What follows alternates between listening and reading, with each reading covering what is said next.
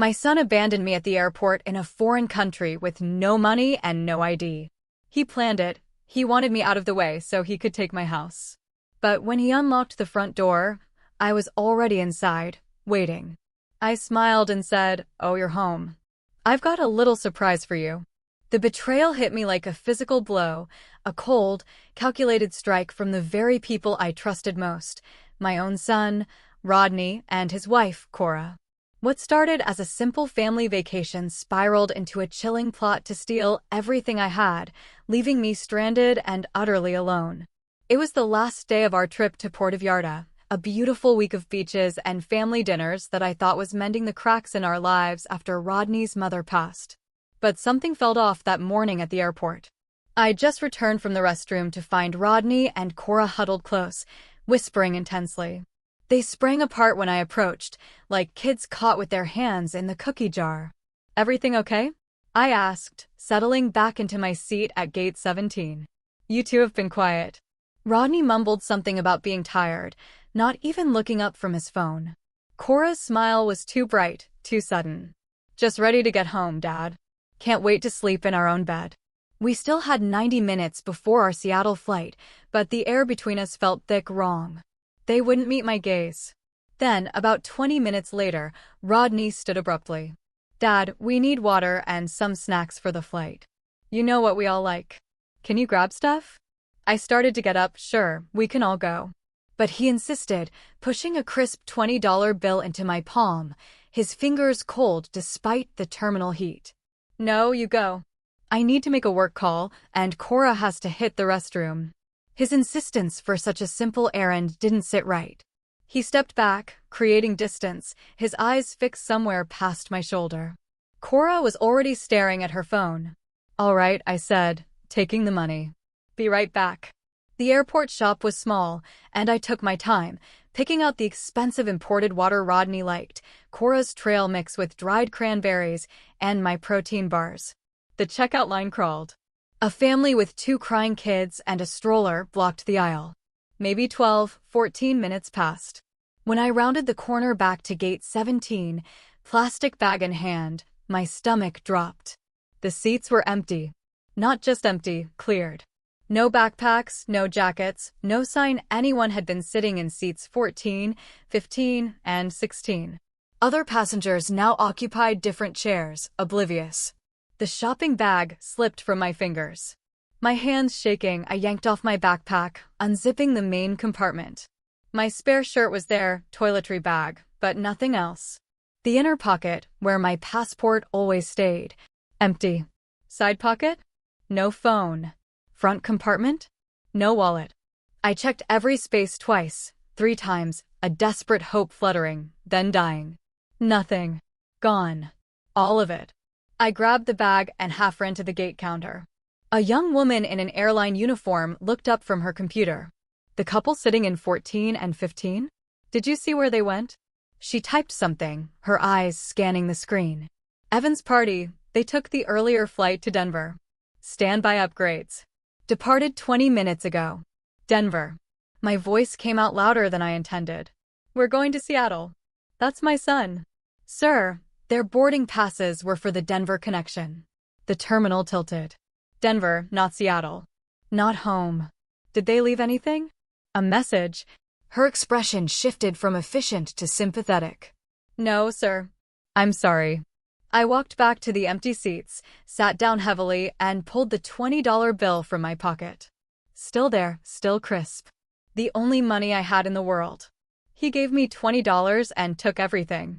The plastic bag sat beside me, 3 bottles of water, trail mix, protein bars. I'd spent $12 being thoughtful. $8 remained. My legs unsteady, I made my way to airport security. My son took my passport, the words sounded absurd spoken aloud. My phone, my wallet, everything. He just left me here. The officer, a kind-eyed woman with a tired face, asked for identification. "I have nothing. Just $20 and a bag of water bottles." She wrote something on a form, asked questions I answered mechanically, then gave me a case number. Her sympathy was genuine, but it couldn't change the facts. I walked away, forms in hand that meant nothing without ID. The terminal stretched ahead, full of travelers with phones, wallets, and futures planned. I passed a family boarding, parents shepherding children, everyone accounted for, everyone belonging. My reflection in the massive windows showed a man alone. My backpack hung empty. The plastic bag dangled from my other hand. Behind my reflection, planes took off, roaring promises of destinations and arrivals. One of them carried my son. I stood there, watching them climb and disappear, as something hard and cold settled in my chest where trust used to live. The terminal sounds faded. All I heard was silence and the question I couldn't answer: why? The shock lifted slowly, like fog revealing terrain. Stranded? Yes. Helpless? No. The businessman in me, dormant since retirement, woke up. First, identification. Second, money. Third, home. I created a mental checklist. The information desk directed me to the U.S. Consular Agency. I walked there, 20 minutes through streets of tourists and fruit vendors. The office was small, efficient, an American flag on the wall. Patricia Henderson, a woman at the desk, looked up. "Tell me what happened, Mr. Evans." "Start from the beginning." I sat across from her and explained it all. My son left me at the airport, took my passport, my phone, my wallet, everything. She waited, pen poised. "My son did this. He's been living in my house rent-free for 2 years. I think he wants to keep it." Something shifted in her expression, professional distance giving way to something personal. She set down her pen. "We can issue an emergency passport. 3 business days minimum. Requires a police report and payment of $135. I emptied my pockets. $8, some Mexican coins, the $20 bill. Patricia excused herself, returning with paperwork and news. Payment deferred until I reached home. An emergency assistance fund would help with immediate needs. "You'll pay it back," she said. "I can see that. 28 years doing this job taught me who would and wouldn't. You're not broken, Mr. Evans. You're angry. Angry people find their way home." Outside, I sat on a bench. Maria from the airport information desk approached. "You have family to call?" "Friends. My son was my family. I have neighbors, but no way to reach them." She nodded slowly. "Sometimes the people closest to us are the furthest away. My father, similar story, different details, same betrayal. He survived. Built something new. You will too." She drove me to a hostel in her old Honda, $15 a night. Clean, safe. She refused the $2 for gas. "My father had been abandoned once too," she said. Some betrayals cut deeper than others. The hostel room held 6 bunk beds and smelled of salt and laundry. I took a bottom bunk. My roommates, 2 German backpackers and a construction worker from Guadalajara, shared their dinner: bread, cheese, fruit.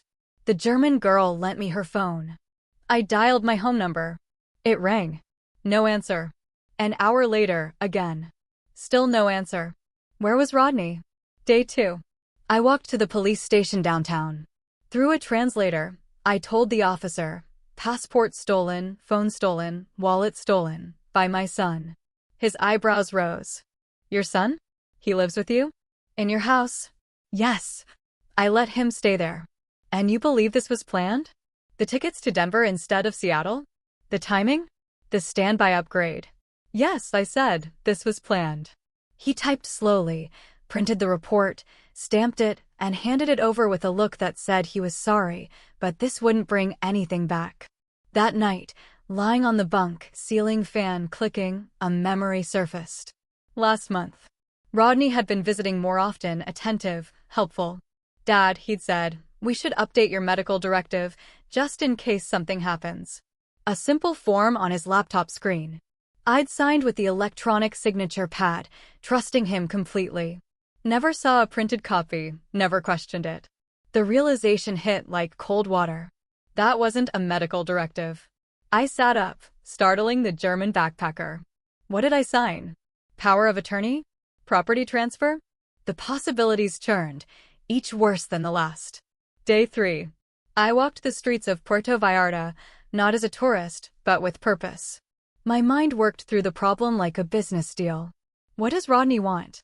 The house? What does Rodney think? That I'm trapped here? What's his timeline? At least a week before he expects me home. That was my advantage. Surprise. Patricia handed me the emergency passport at noon. Thin, temporary, but official. She also gave me an envelope, $600 cash from the Emergency Assistance Fund. Pay it back when you can. I found an internet cafe. $1 for 30 minutes. Seattle Direct, $420. I booked it for tomorrow morning. Rodney's flight went through Denver. He'd mentioned meetings there, 2, maybe 3 days. I'd beat him home by at least 3 days. Back at the hostel, I made my own checklist. Document everything, change the locks, find that paper I signed, get a lawyer, make Rodney explain himself face to face. Not revenge. Justice. There's a difference. The German girl asked if I was all right. I was lying on my bunk, probably looking grim. Maybe he doesn't want to know, she said, meaning Rodney not answering my calls. That's what I'm counting on, I told her. He thinks I'm stuck here. He's wrong. The next morning, I boarded the flight to Seattle, economy, middle seat. My emergency passport rested in my shirt pocket, $65 in my sock. Through the small window, Puerto Vallarta shrank. The beach, hotels, the airport where everything changed. The wheels left the ground. I didn't look back. My mind was already in Seattle, already at my front door, already planning the expression on my face when Rodney walked in and found his father waiting.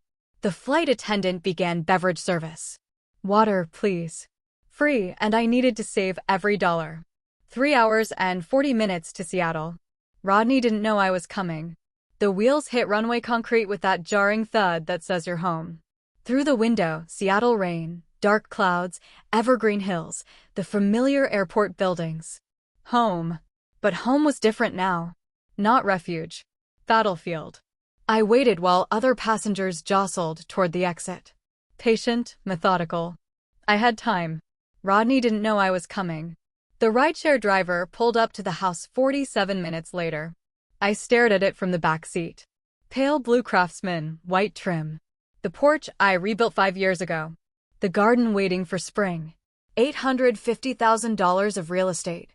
My life's work. My security. Rodney lived there rent-free and wanted to take it all. I paid the $47 fare, added a $3 tip, a calculated generosity, and thanked her. I stood on the sidewalk, looking at my own house like I was seeing it for the first time. Alton. I turned. Daniel Kowalski, my next-door neighbor, emerged. White hair catching the afternoon light, reading glasses pushed up on his forehead. You're back early. Where's Rodney? Is everything all right? The questions came fast. Daniel had lived next door for 12 years, a retired history teacher. Observant by profession and nature. He knew when something was wrong. I decided quickly. An observant neighbor was almost as good as a friend. They came back early. Different flight. I had some delays. Different flight? His eyebrows rose. That seems odd for a family vacation. Tell me about what you saw when they were loading the car. We stood on the strip of grass between our driveways. Daniel adjusted his glasses. It was early morning, 3 days before you were due back. Boxes, bags, more than seemed normal for a vacation. I waved, but Rodney didn't wave back. Seemed focused, intense. Maybe premeditated, careful, hidden. What time? 6:30, maybe earlier, before most neighbors were awake.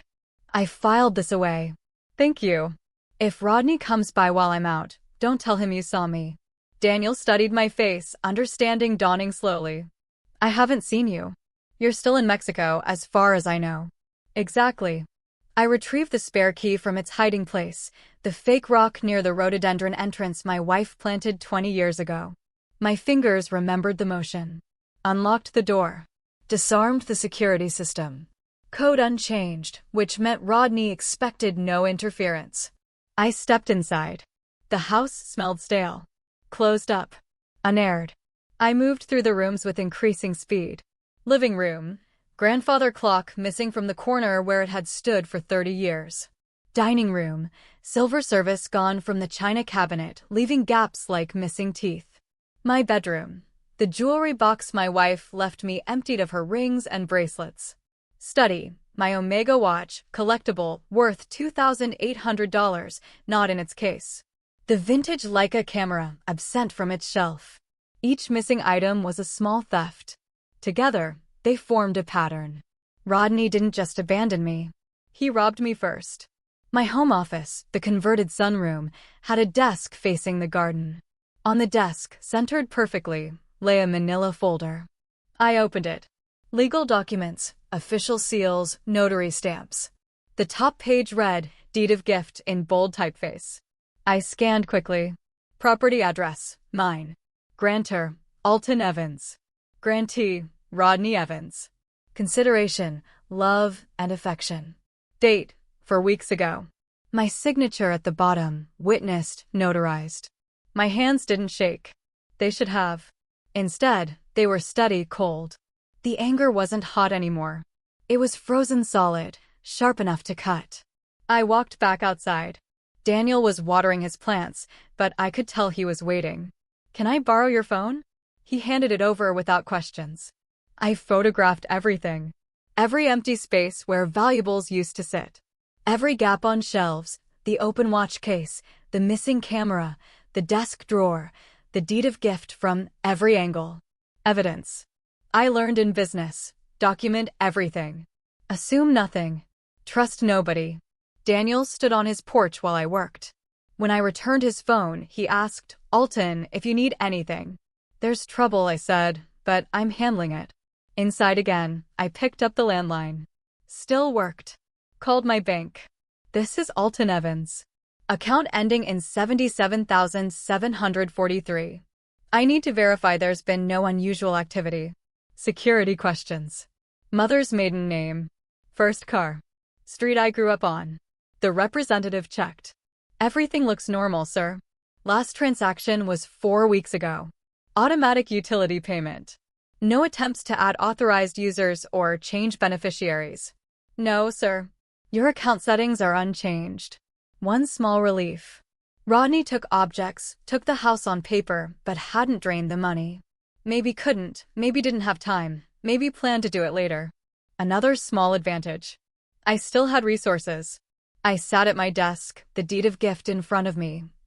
And remembered. 1 month ago, a Tuesday. Rodney brought lunch, sandwiches from the deli I liked. We ate, talked, laughed about nothing important. Then, Dad, I updated some documents for you. Medical power of attorney, living will, that stuff. You should review and sign, just to be current. His laptop was already open. Document on screen. Signature pad connected. I signed electronically, trusting. Never saw a printed copy.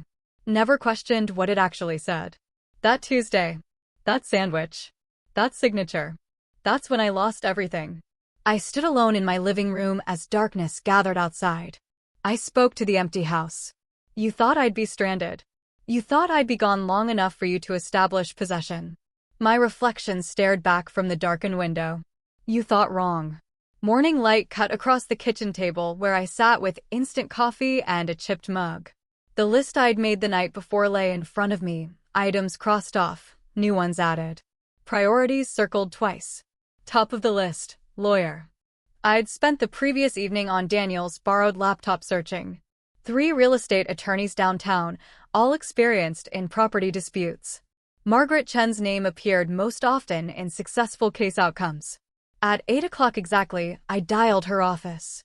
A receptionist answered. I asked for a consultation, said it was urgent. She began offering dates next week. My son stole my house, I said. I have the document. I need help today. Silence on the line. Then, hold please. 30 seconds passed. A different voice came on. This is Margaret Chen. Tell me what happened. I gave her the condensed version, hitting key facts. She asked 3 questions. Is the document notarized? Yes. Is your signature genuine? Yes. Did you know what you were signing? No. Come in at 11 o'clock. Bring the document and any identification you have. I prepared for the meeting like a business presentation. Gathered everything. The deed of gift, emergency passport, bank statements, photos of stolen items, Daniel's written statement about seeing Rodney load cargo. Organized chronologically in a manila folder. Dressed carefully, pressed shirt, slacks, jacket. Appearance mattered. People judged credibility by presentation.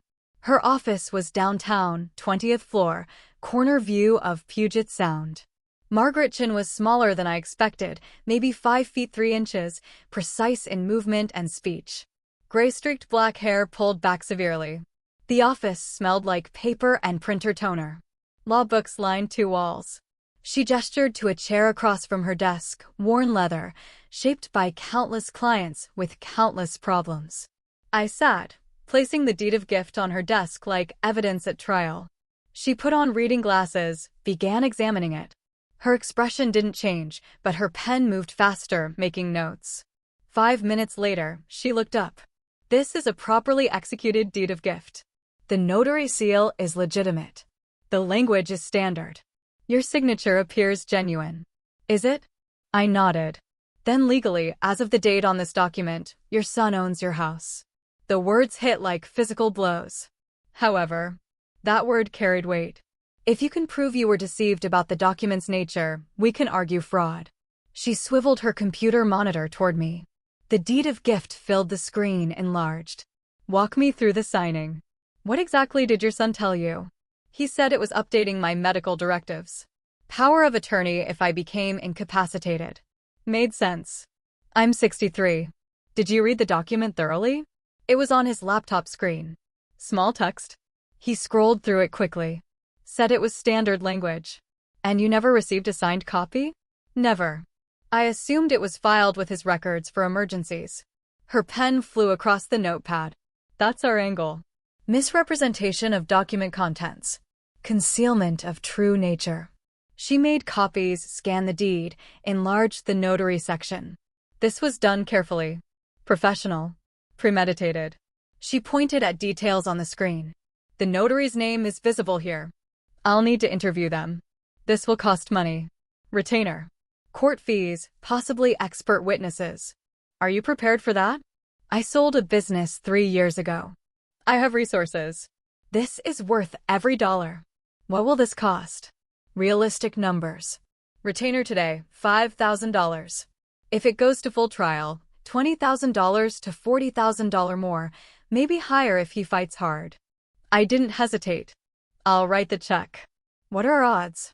If we can prove deception, 60/40ths in your favor, maybe better with the airport abandonment adding context.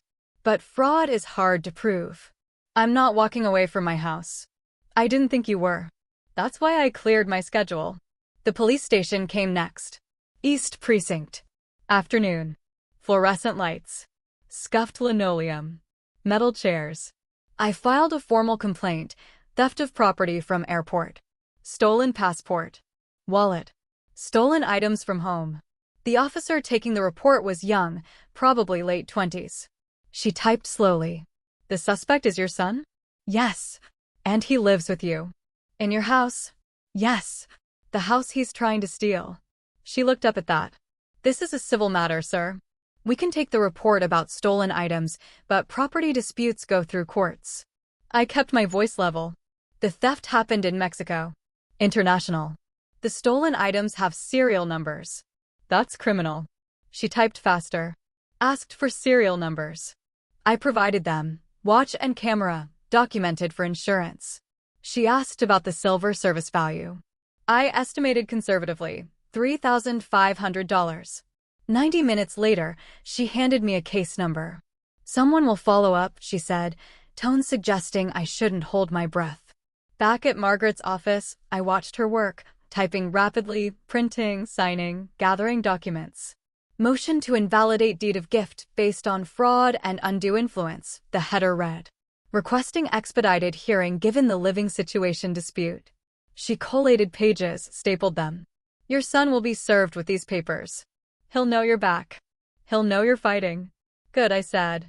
I want him to know. The locksmith arrived at 5. Company van, toolbox, professional demeanor. A middle-aged man named Frank. These are good locks. Lasted well. Why the change? Security upgrade. He worked efficiently. Front door, back door, garage entrance. New keys, new deadbolts, new security. None of my business, Frank said, installing the front deadbolt, but the old keys won't work anymore. If someone has copies, that's the point. Understood. These new ones are pick-resistant. Better protection. $340. I paid without hesitation. Money well spent.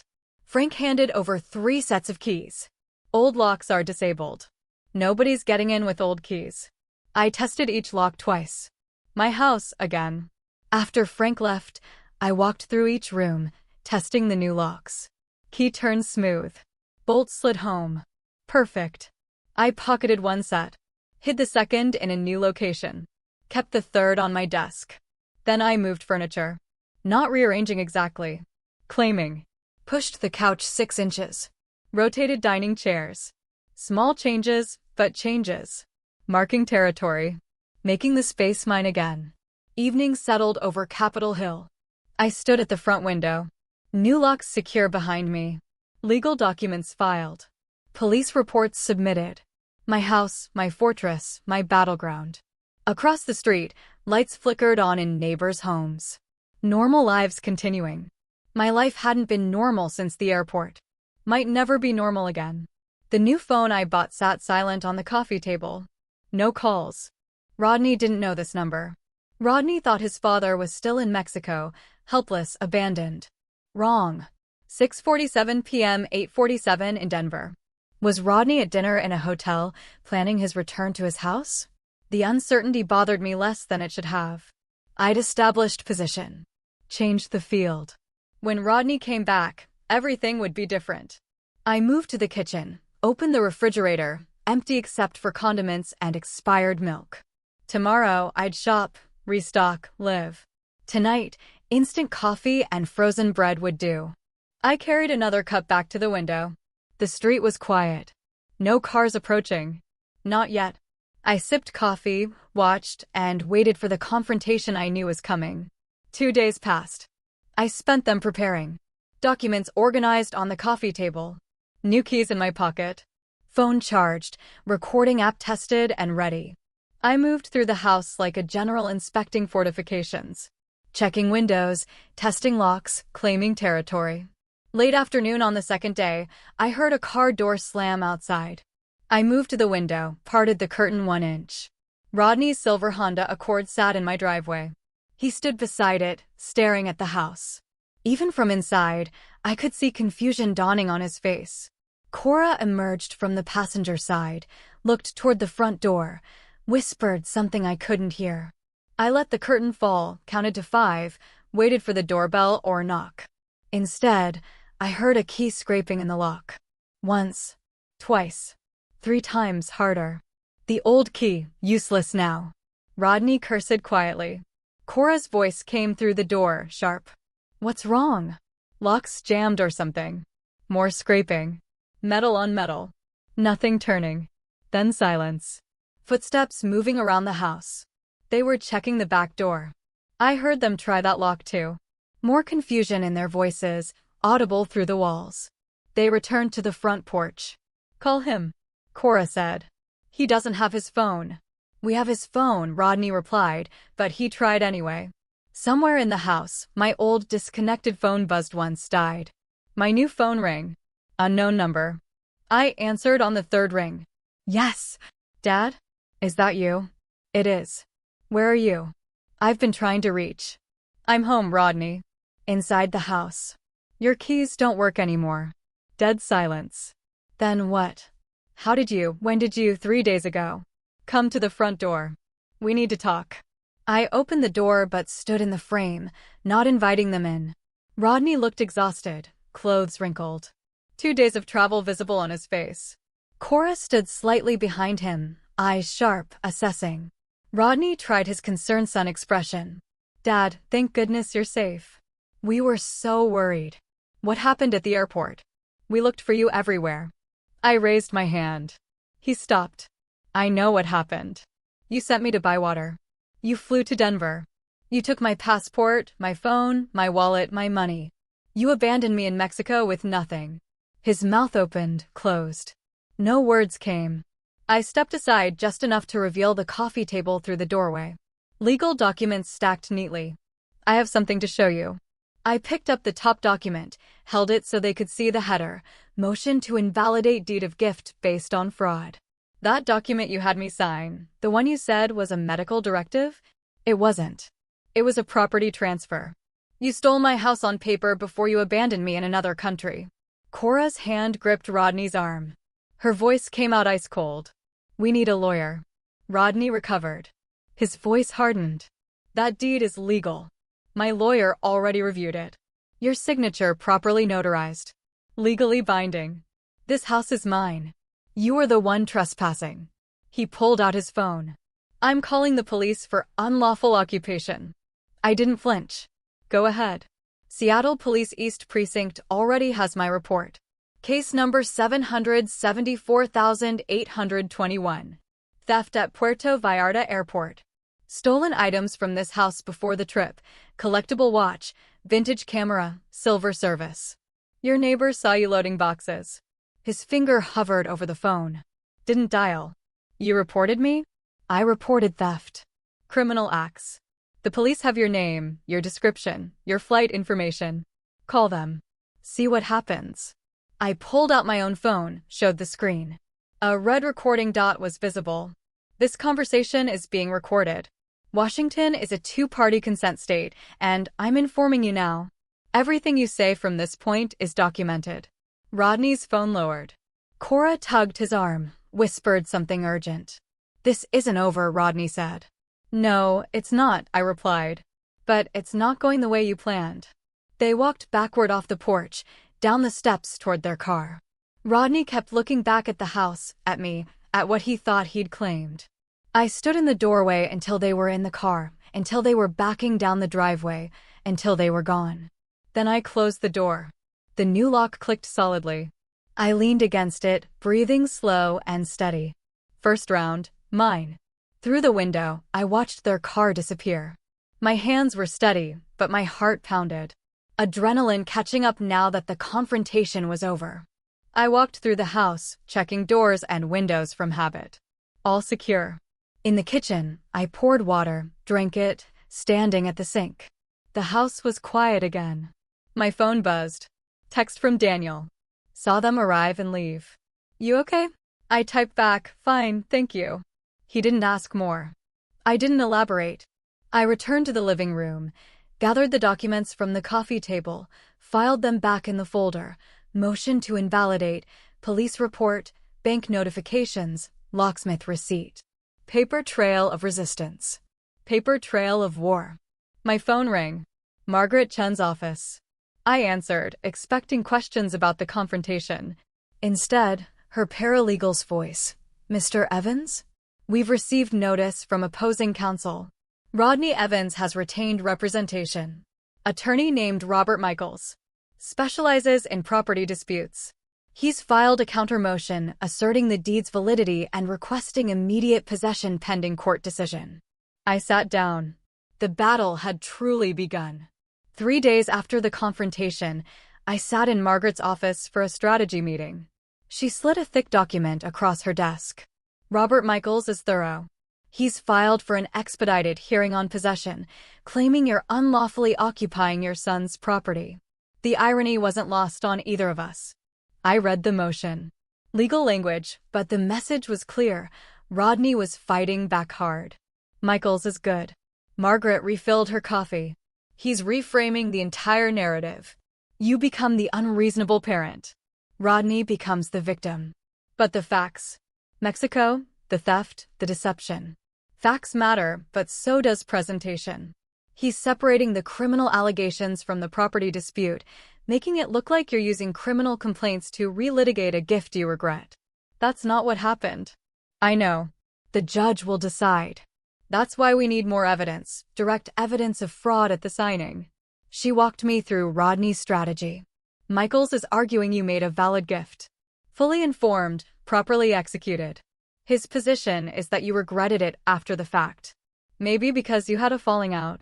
Maybe because you're confused about what you signed. He's not acknowledging the Mexico incident in his filings. He's treating this as a pure property dispute, ignoring the criminal context. She paused. It's smart. It simplifies his argument. I felt the ground shifting, the narrative being rewritten. My abandonment becoming a family disagreement. My stolen house becoming a regretted gift. 1 week after the confrontation, Margaret called with worse news. Rodney has filed an emergency motion for immediate possession. His argument: he's homeless, living in a hotel while his legal property is occupied by someone who gave it to him. The motion cited financial hardship, hotel costs draining resources, legal ownership via the deed, irreparable harm from being unable to access his property. It's manipulation, Margaret said. But judges sometimes grant possession pending litigation, especially if ownership documents appear valid. We need to counter this fast. I authorized another $3,500 retainer. The costs mounted like water rising. Daniel mentioned the social media attack awkwardly one evening over the fence. Alton, I don't believe it, but people are talking online. Your daughter-in-law posted something. I didn't have social media accounts. Daniel showed me on his phone. Cora's post, carefully worded, heartbroken. My husband's father gave us his house, then changed his mind and locked us out. We're homeless while he lives in our legal property. Families shouldn't treat family this way. Comments below were split. Some friends from my past asking what was happening. My privacy invaded. My reputation attacked. Should I respond? Explain? I asked Daniel. Talk to your lawyer first. Anything you say publicly might be used in court. So I stay silent while she lies?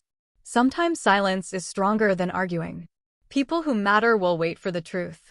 2 weeks into the legal battle, Margaret scheduled a financial discussion. She spread expense projections across her desk. Initial retainer, $5,000. Additional filing fees and discovery, $3,500 already spent. If this goes to full trial, depositions, expert witnesses, court time, we're looking at $40,000 to $60,000 total, maybe more if Michaels drags it out. She met my eyes. I need you to understand what you're committing to. This is mortgage money. Retirement savings money. Rodney is betting you'll settle rather than pay these costs. I looked at the numbers. My business sale netted enough. But watching savings drain hurt differently than expected.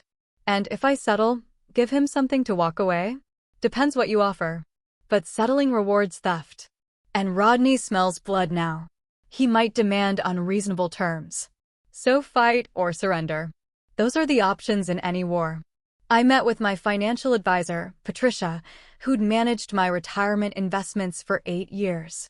She ran numbers, showed me scenarios. $50,000 over 6 months, sustainable. $80,000 over a year, damaging but not destroying. The question, she said carefully, is whether winning is worth the cost, even if you keep the house. I didn't answer immediately. Later, alone, I thought, yes, it is. Robert Michaels called 2 weeks in. First settlement overture. Mr. Evans, I'm calling to see if we can resolve this without lengthy litigation. My client is willing to lease the property back to you at a reasonable rate until you find alternative housing. The property is mine. I'm not leasing my own house. The deed says otherwise. I'm trying to find middle ground here. The deed is fraudulent. There is no middle ground between ownership and theft. His tone cooled. Then we'll see you in court. I began documenting everything obsessively. Daily log of events. Timeline of interactions. Financial records showing house payments and ownership history. Photographs of missing items. I converted the guest bedroom into a war room. Documents organized in labeled folders. Timeline posted on the wall. Legal filings filed chronologically. If this was battle, I'd fight with information. 2 weeks into this phase, I sat in my living room surrounded by legal documents, bank statements showing depleted retainer, Margaret's cost projections, Rodney's counter motions, Cora's social media attacks. The weight accumulated. I allowed myself 5 minutes of doubt. Wondered if settling would be easier. Then I remembered the airport. The empty seats. The missing passport. The $20 bill. The calculation in my son's betrayal. The doubt hardened back into resolve. I'd see this through. For days after hiring Sarah Chin, an investigator Margaret recommended, I met her at a coffee shop downtown. Neutral ground, her preference for initial findings discussions. She arrived with a tablet and manila folder, ordered black coffee, wasted no time. "Your son is drowning," she said without preamble. $47,000 in credit card debt across 6 cards, maxed out. 3 in collections. 1 threatening lawsuit. He's been dodging calls for months. She opened the tablet, showed me spreadsheets. Red dominated the screen. Overdue. Delinquent.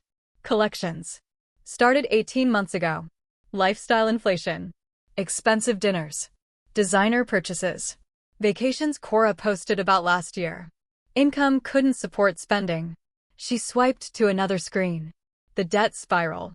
Minimum payments missed, interest compounding, balance transfers at predatory rates. 6 months ago, one creditor filed intent to sue. That's probably when he started planning this. She looked at me directly. The house wasn't greed. It was desperation. So he took my house to pay his debts. Tried to. The vacation timing. Leaving you stranded. That was about establishing possession before you could interfere. But you came back early. Best decision you made. Another week, he'd have changed locks. Moved in. Claimed adverse possession while you were stuck in Mexico. Sarah produced more evidence. Emails from 3 different real estate agents, all contacted in February. Subject line on all 3, property evaluation request. He sent your address. Described the house. Asked for market analysis. She showed me the responses. $830,000. Estimate $865,000. $840,000. Average $845,000. He was shopping my house while living in it. Before I signed anything. Before Mexico. This proves planning. I read the emails twice. Cold, calculated preparation. My son priced my home like merchandise. There's more, Sarah said. This part's legally gray. Data broker. Internet search records. Technically purchasable, but courts might question it. She showed me anyway. Search queries from Rodney's IP address. Timestamps, January and February. How to convince parent to transfer property. Deed of gift versus quit claim. Can property transfer be reversed? What happens if someone abandons elderly person abroad? That last one, dated February 18th, made my stomach turn. Rodney was researching abandonment 6 weeks before doing it. 2 days before the preliminary hearing, Margaret reviewed all new evidence in her conference room. The financial desperation establishes motive. The realtor contacts establish premeditation. The search history. She paused. That's powerful but potentially inadmissible depending on how it was obtained. We'll include it in our brief, but be prepared for Michaels to challenge. She organized documents into presentation order. You'll testify about the signing. Describe exactly what Rodney told you. How the document was presented. That you never saw a printed copy. Then we hit them with the planning evidence. Margaret drilled me on testimony. Mock cross-examination. Her paralegal played Michaels. Mr. Evans, you signed this document, correct? Yes. But no buts. Yes or no. Margaret stopped us. He'll try to reduce you to yes/no answers. Resist that. Judge Morrison allows witnesses to explain. Use that. We practiced for 2 hours. My answers got sharper, clearer, less defensive. The hearing arrived. King County Courthouse, Department 15. Late April morning. Judge Patricia Morrison presiding. Mid-50s. Reputation for no-nonsense efficiency. I sat at the plaintiff table beside Margaret. Across the aisle, Rodney, Cora, and Michaels. First-time father and son in the same room since the porch confrontation. Rodney didn't meet my eyes. Margaret presented opening arguments. Fraudulent transfer through misrepresentation. Elder exploitation. Criminal abandonment context. Michaels countered, valid gift, proper execution. Plaintiff's remorse dressed as fraud claims. Judge Morrison listened without expression. Mr. Evans, you'll testify first. I took the witness stand. Hand on Bible. Do you swear to tell the truth, the whole truth, and nothing but the truth? I do. Margaret guided me through the chronology, my relationship with Rodney, allowing them to live rent-free, the February document signing. What did your son tell you about the document? He said it was an update to my medical power of attorney. Standard language about healthcare decisions if I became incapacitated. He said I should sign it to be current. Did you read the document thoroughly? He displayed it on his laptop screen. Small text. He scrolled quickly. Said it was standard boilerplate. I trusted him. He's my son. Michaels cross-examined aggressively. But you did sign it, Mr. Evans? Yes. You're educated. Ran a business for decades. Yes. Capable of reading legal documents. Yes. Yet you claim you didn't understand what you signed? I didn't flinch. I understood it was presented as a medical directive. I didn't know it was actually a property transfer until I found the recorded deed weeks later. Michaels pivoted. Isn't it true you had a disagreement with your son after this trip? There was no disagreement. There was abandonment and theft. Judge Morrison interjected. Answer the question as asked, Mr. Evans. Margaret presented the investigation evidence. Financial records showing Rodney's debt. Emails to realtors. Timeline of planning. Michaels objected repeatedly. Relevance. My client's financial situation doesn't invalidate a legal property transfer. Margaret countered. Establishes motive for fraud, Your Honor. Shows this wasn't a gift, but a scheme born of financial desperation. Judge Morrison reviewed documents, made notes. I'm ordering expert examination of the signing circumstances. Independent notary expert to evaluate whether proper protocols were followed. Both parties will make experts available. Hearing continued for 6 weeks, pending expert report. I drove home from the courthouse thinking about Rodney's face during testimony. Pale, rigid, eyes fixed on the defense table. My son didn't testify. Michaels advised against it, probably. Smart lawyering. Why put someone on the stand who might crack? Daniel called as I pulled into my driveway. How did it go? Ongoing. Judge ordered more investigation. That's good though, right? She's taking it seriously. Yes, but seriously doesn't mean quickly. Inside, I found Margaret's message on voicemail. Call me when you can. Development in the case. Not urgent, but interesting. Her tone suggested something worth discussing. I dialed her back. Time to learn what comes next in this endless battle. 2 days after the preliminary hearing, Margaret's development became clear. Michaels filed a motion for psychological evaluation, arguing my age and possible cognitive decline affected my understanding of the document I signed. I sat in Dr. Rachel Foster's office for the court-ordered assessment. This evaluation is requested by opposing counsel, she explained, professional and neutral. They're suggesting cognitive impairment affected your ability to understand legal documents. I'll assess memory, comprehension, decision-making capacity. The results go to both attorneys and the court. I understood the implication. Rodney's lawyer was calling me mentally unfit. Let's begin with some memory exercises. 2 hours of testing. Short-term memory recall.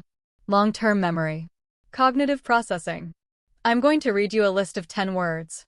Try to remember as many as possible.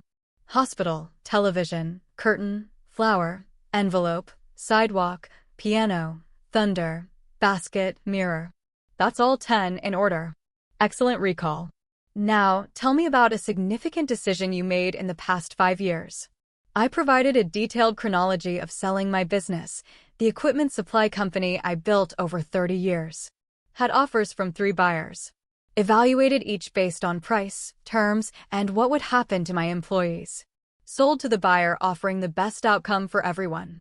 Closed in September 2022 for net proceeds of $320,000 after taxes. Dr. Foster wrote notes. Detailed memory, clear reasoning process. Good. 1 week later, Margaret called. Dr. Foster's report is in. You're officially mentally competent. She read excerpts. Subject demonstrates intact memory function. Normal cognitive processing for age. Clear decision-making capacity. No signs of dementia or significant impairment. Fully capable of understanding legal documents and making informed choices. Michaels tried to paint you as a confused old man. This demolishes that narrative. Sarah Chin called the same day. Coincidence, but fortunate timing. Found your notary. Frank Morrison, freelance, works from a home office. I did an informal interview. He got talking. She paused for effect. Rodney paid him $300 cash to notarize your signature at a Starbucks. Not his office, not your home, a coffee shop. Frank admits he felt uncomfortable but needed the money. That's a violation of notary protocols. Margaret and I met Frank Morrison 3 days later at his small office in Ballard. Frank was nervous. Mid-40s, thinning hair, apologetic demeanor. I shouldn't have done it that way. Professional notaries should work from a proper office. Verify circumstances. But Rodney said his father was too ill to come to my office. Had mobility issues. Could I meet them at a convenient location? Paid cash up front. I needed the work. He shifted uncomfortably. When I got there, you seemed perfectly healthy. Walked in fine. Ordered your own coffee. I wondered about the story, but Rodney rushed everything. My dad has an appointment after this. We're short on time. I notarized quickly. Felt wrong. Margaret prepared his statement with legal precision. I, Frank Morrison, licensed notary public in Washington State, hereby attest that. The statement detailed the Starbucks meeting, the cash payment, Rodney's rushed insistence, the procedural irregularities. You understand this likely ends your notary business? Margaret asked. Frank nodded. I understand. But what I did was wrong. I should have refused. One evening Daniel knocked on my door. Cora called me. Asked me to pass a message to you. She says you won't answer Rodney's calls. I hadn't blocked Rodney's number after the confrontation. What message? Daniel looked uncomfortable. She's offering to settle. They'll sign a quit-claim deed. Return the house legally to you in exchange for a $200,000 payment. They walk away. Case ends. $200,000. A quarter of the house's value. She said to think about it. Consider the legal costs you're facing. This ends it now. My answer was immediate. No. Tell her no. I discussed it with Margaret the next morning. She was unsurprised. They're seeing the evidence accumulate. Psychological report. Notary statement. Financial desperation. Premeditation proof. Cora is smart enough to know they're losing. $200,000 is her exit strategy. She met my eyes.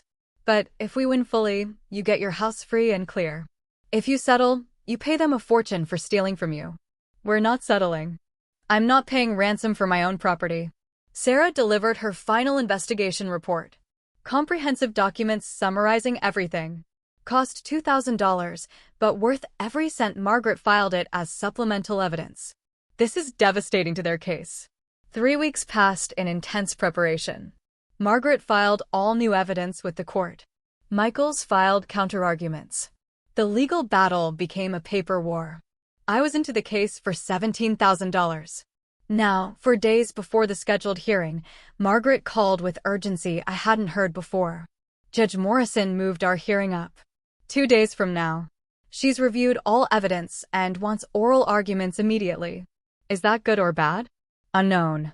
But judges don't expedite cases they plan to dismiss. She's seen something that demands quick resolution. A pause. Be ready. This might end soon. One way or another. Judge Morrison entered. The bailiff called, all rise. Everyone stood. She sat. Everyone sat. The choreography of justice. Margaret leaned close. Remember, whatever happens in the next few hours determines everything. I nodded. Didn't need the reminder. Morrison reviewed her notes, looked up. I've examined all submitted evidence. This hearing will address the motion to invalidate the deed of gift based on fraud. Mr. Michaels, you may begin. Michaels stood, adjusted his tie, addressed Morrison directly. Your Honor, this case is simple. Adult son, aging father, legitimate estate planning conversation. The father signed a deed of gift, his signature verified, genuine, properly notarized. Now, months later, after a family disagreement, he claims fraud. He gestured dismissively toward Margaret's evidence stack. Financial difficulties don't prove fraud. Pre-planning doesn't prove fraud. Family conflict doesn't prove fraud. The deed stands on its legal merit. He sat down, confident. Too confident. Margaret rose, picked up Frank Morrison's statement. Your Honor, the notary's sworn statement details procedural violations that invalidate the notarization. The The signing occurred at a Starbucks, not a proper office. Mr. Morrison was paid $300 cash, unusual for services typically costing $25. He was told Mr. Evans had mobility issues and couldn't travel. Demonstrably false. She picked up another document. The defendant contacted 3 real estate agents before the vacation, requesting property evaluations. Before his father signed anything, he was pricing the house like merchandise. That's not estate planning. That's theft planning. Morrison leaned forward. Mr. Michaels, how do you explain your client paying 12 times the normal notary fee for services at an unusual location? Michaels stood. Perhaps he wanted to accommodate his father's schedule.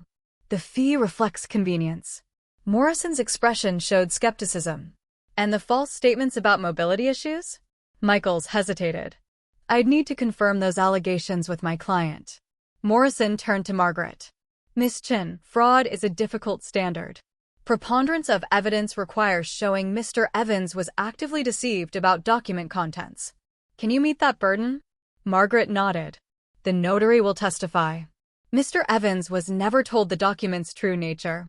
The defendant rushed the process, controlled the presentation, never provided a signed copy for review. Michaels called Rodney to the stand. Risky move, but necessary to counter my narrative. Under direct examination, Rodney maintained his story. I showed my father the document, explained it was transferring the house. He understood. He wanted me to have security. Margaret's cross-examination was surgical. You told the notary your father had mobility issues? I said he preferred not to travel that day. Did he have mobility issues? Not exactly, but yes or no. No. You paid $300 cash for notarization? I wanted to ensure quality service. Did you tell your father the document was a medical power of attorney? Rodney paused too long. I may have mentioned medical planning in the conversation. May have or did. It was part of a broader discussion. You're not answering the question, Mr. Evans. I watched my son's face, saw the tells, hand touching nose when he hedged, eyes darting to Michaels when asked direct questions, voice rising defensively. He was lying under oath badly. Morrison called a brief recess. Margaret received a phone call. Requested permission to approach the bench. Spoke quietly with Morrison and Michaels. Returned to me. Police executed a search warrant on a storage unit rented in Rodney's name. Found your watch, camera, silver service. Everything you reported stolen. Validation and anger simultaneously. Physical proof. Criminal evidence. When court reconvened, Morrison addressed both parties. I've been informed that items allegedly stolen from plaintiff's home have been recovered from defendant's storage unit. This adds a criminal dimension to this civil case. Prosecution will receive a full referral. Rodney's face went pale. Cora grabbed his arm, whispered urgently. Michaels requested a sidebar, argued briefly at the bench. Morrison shook her head, gestured them back. Michaels returned, looking defeated, whispered to Rodney, who slumped in his chair. I knew that posture. The collapse of someone whose last hope just evaporated. Morrison delivered her ruling without dramatic pause. Based on the evidence presented, this court finds by a preponderance of evidence that the deed of gift was procured through fraudulent misrepresentation. The notarization violated standard protocols. The defendant's testimony contained material inconsistencies. She paused. The pattern of premeditation, combined with subsequent abandonment in Mexico and theft of property, establishes an intentional scheme rather than a legitimate gift. The deed is hereby declared null and void. Title remains with plaintiff Alton Evans. All stolen property must be returned within 48 hours. I'm referring criminal matters to the King County Prosecutor's Office for potential charges. The gavel fell. Case decided. I drove home that afternoon, stunned. The house was mine again. Legally. Officially. Permanently. I pulled into the driveway, sat in the car for a moment. Same house I returned 2 weeks ago after Mexico, but different now. Vindicated. Protected. Mine. Got out, walked to the front door, inserted my key. The new key Rodney couldn't use. Turned it. Stepped inside. The house smelled like home. Not triumph, just home. Through the window, I saw Daniel's porch light on. Walked over, knocked. Daniel opened, saw my face, understood immediately. You won. I won. We sat on his porch drinking whiskey Daniel saves for special occasions. Talked about baseball, about his garden, plans about the neighborhood. Normal conversation. After months of abnormal, normal felt extraordinary. I walked home under streetlights, entered my house, locked my door with my key, stood in the quiet living room. Tomorrow, the aftermath. Tonight, just peace. 2 days after the ruling, I drove to the Seattle Police Evidence Facility to collect my stolen items. A sterile government building. Fluorescent lights, bureaucratic forms. An officer brought out a plastic bin labeled with my case number. Inside, my grandfather's Omega watch, face scratched but running. The Leica camera, vintage leather case, worn but intact. Silver service wrapped in evidence bags, tarnished but restorable. I signed the receipt form, carried the bin to my car carefully, as if transporting something fragile. Home again. I unwrapped each item. The watch first, wound it, listened to its mechanical tick resume, set the correct time, placed it in its case on my dresser where it always lived. The camera next. Checked the mechanism. Shutter still worked. Returned it to its shelf in the study. Silver service required polishing. I spent an evening with silver cleaner and soft cloth. Removing tarnish, restoring shine. Methodical work, meditative. Each piece cleaned was a piece of my life restored. Margaret called with news. Morrison issued a judgment order. Rodney and Cora are jointly liable for $15,000 reimbursement of your court costs, compensation for emotional distress, and damages for property theft. Can they pay?